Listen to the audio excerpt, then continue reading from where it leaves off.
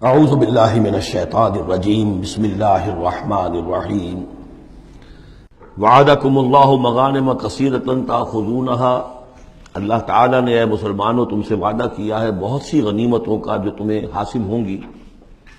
فعجل لکم ہذہ، تو یہ تو اللہ نے فوری طور پر تمہیں عطا کر دی ہے، یعنی یہ فتح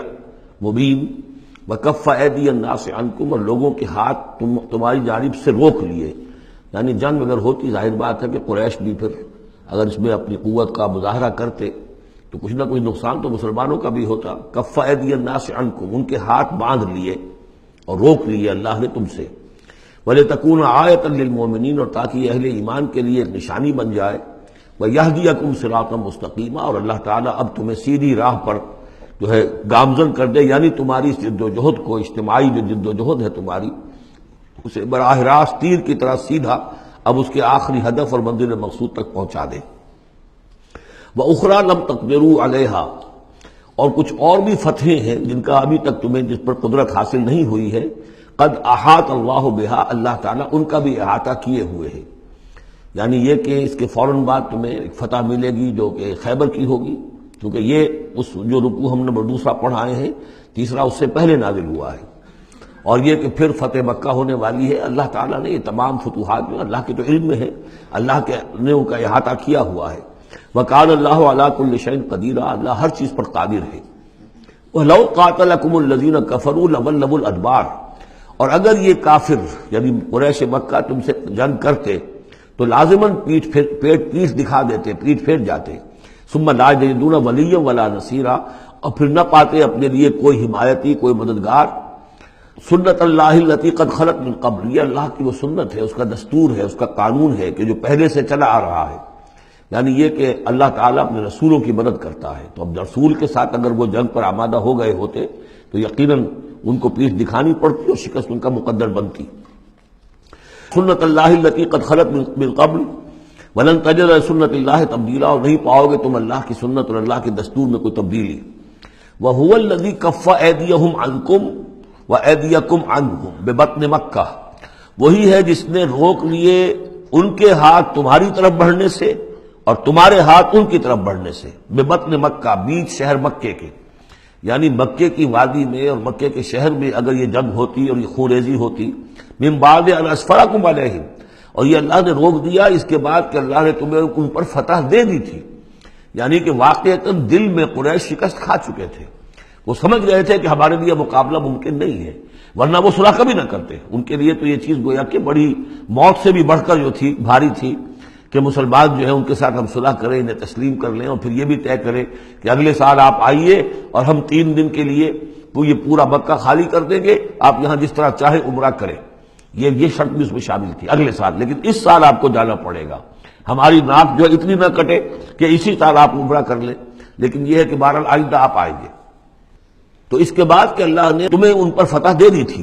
وَكَانَ اللَّهُ بِمَا تَعْمَلُونَ بَصِيرًا، اور جو کچھ تم کر رہے ہو اللہ اسے دیکھ رہا ہے۔ هُمُ الَّذِينَ كَفَرُوا وَصَدُّوكُمْ عَنِ الْمَسْجِدِ الْحَرَامِ، وہی لوگ ہیں، یعنی ان کے جرائم کا تذکرہ ہو رہا ہے جنہوں نے کفر کیا تو اور تمہیں روکے رکھا مسجد حرام تک جانے سے۔ وَالْهَدْيَ مَعْكُوفًا أَن يَبْلُغَ مَحِلَّهُ، اور ہدی کے جو جانور لے کے گئے تھے مسلمان احرام کے ساتھ ساتھ، وہ ہدی کے جانور تھے کہ کعبے کے لیے نیاز کے یہ جانور ہیں، وہ رکے ہوئے تھے کہ وہ اپنی اصل جگہ پر یبلغ محلہ، کہ اس کا اصل مقام تو یہ تھا کہ کعبے جائیں، وہاں پر ان کا چڑھاوا چڑھایا جائے اور ان کی قربانی دی جائے،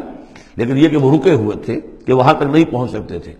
لیکن یہ اللہ نے کیوں ہاتھ روک لیے، ان کے ہاتھ تم سے، تمہارے ہاتھ ان سے کیوں روک لیے، جنگ کیوں نہیں ہونے دی، اس کی حکمت اب آ رہی ہے۔ وَلَوْلَا رِجَالٌ مُؤْمِنُونَ وَنِسَاءٌ مُؤْمِنَاتٌ، اگر نہ ہوتے مرد مومن اور عورتیں مومنات، لم تعلموہم، جنہیں تم نہیں جانتے تھے، ان تطؤوہم، اندیشہ تھا کہ تم انہیں بھی پیس ڈالتے، یعنی جب جنگ ہوتی ہے، بھٹی گرم ہو جاتی ہے، اس وقت تو تحقیق و تفتیش مشکل ہوتی ہے۔ اب وہ مسلمان کے جو ہجرت نہیں کر سکے، ان میں ضعفاء بھی تھے، ان میں مریض بھی تھے، ان میں عورتیں بھی تھیں جن کے لیے ممکن ہی نہیں تھا، جیسا کہ ہم سورہ نساء میں پڑھ چکے ہیں کہ جن کے لیے بالکل ممکن ہی نہیں تھا، اللہ تعالیٰ نے ان کو معاف کر دیا تھا، ہجرت نہیں کر رہے تب بھی اللہ ان سے مواخذہ نہیں کرے گا۔ تو اب وہ لوگ بھی موجود تھے مکے کے اندر، اب اگر یہ چکی چلتی تو پھر تو یہ پیس ڈالتی ان کو بھی۔ وَلَوْلَا رِجَالٌ مُؤْمِنُونَ وَنِسَاءٌ مُؤْمِنَاتٌ لَمْ تَعْلَمُوهُمْ أَن تَطَئُوهُم، تم جانتے ہی نہیں تھے، ہو سکتا ہے کہ تم انہیں بھی کچل دیتے، فَتُصِيبَكُم مِّنْهُم مَّعَرَّةٌ، اور ان کے معاملے میں پھر تم پر ایک الزام آ جاتا بغیر علم، اس کے بغیر کہ تمہیں کوئی علم ہو، تمہاری بے خبری میں تم پر الزام آتا کہ ان اہل ایمان نے آ کر اپنے اہل ایمان ساتھیوں کو بھی قتل کر دیا۔ لیدخل اللہ فی رحمتہ، اللہ نے اسی لیے روک دیا اس جنگ کو اس وقت اور تمہیں فتح دے دی صلح کی شکل میں، تاکہ اللہ تعالیٰ داخل کرے اللہ تعالیٰ اپنی رحمت میں جس کو چاہے۔ وَلَوْ تَزَيَّنُوا لَعَذَّبْنَا الَّذِينَ كَفَرُوا مِنْهُمْ عَذَابًا أَلِيمًا، اگر وہ علیحدہ ہو چکے ہوتے، یعنی مسلمان اہل ایمان مرد اور عورتیں جو ہیں جو ابھی تک مقیم ہیں یہاں پر، اگر وہ یہاں سے نکل چکے ہوتے، علیحدہ ہو چکے ہوتے، تو پھر باقی یہاں صرف کفار رہ گئے ہوتے، تو ہم اسی وقت لَعَذَّبْنَا الَّذِينَ كَفَرُوا مِنْهُمْ عَذَابًا أَلِيمًا، تو ان کافروں کو ہم ابھی وہ بدترین عذاب کا مزہ چکھا دیتے۔ اس جعل الذین کفروا فی قلوبہم الحمیۃ حمیۃ الجاہلیہ، جب کافروں نے اپنے دلوں کے اندر ایک حمیت جو ہے، ایک بڑی غیرت اور حمیت کا معاملہ، لیکن وہ حمیت جاہلی تھی کہ ہم لوگ، اور کیسے ممکن ہے کہ ہم انہیں یہاں پر عمرہ کرنے دیں، یہ لوگ کہ جو بے دین ہو گئے، ان کے اعتبار سے تو بے دین تھے، جو ہم اپنے آبا و اجداد کے دین کو چھوڑ گئے، تو وہ جو نسل پرستی اور قوم پرستی ان میں تھی، اور آبا پرستی تھی، اور اپنی روایت پرستی تھی،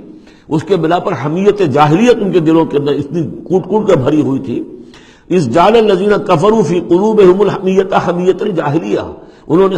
حمیت جاہلی کو اپنے دلوں کے اندر راسخ کر لیا تھا۔ فانزل اللہ سکینتہ علی رسولہ وعلی المؤمنین، تو اللہ تعالیٰ نے اپنا طرف سے سکون نازل فرما دیا اپنے رسول پر صلی اللہ علیہ وسلم اور اہل ایمان پر، وَأَلْزَمَهُمْ كَلِمَةَ التَّقْوَىٰ، اور اللہ تعالیٰ نے ان پر لازم کر دیا تقویٰ کی بات کو، یعنی اللہ تعالیٰ نے تقویٰ کو ان پر لازم کر دیا۔ وَكَانُوا أَحَقَّ بِهَا، یقیناً وہ تقویٰ کے زیادہ حقدار بھی ہیں، وَأَهْلَهَا، اور واقعتاً تقویٰ کے اہل ہیں، ان کے اندر تقویٰ موجود ہے۔ وَكَانَ اللَّهُ بِكُلِّ شَيْءٍ عَلِيمًا، اور یقیناً اللہ تعالیٰ ہر چیز کا علم رکھتا ہے۔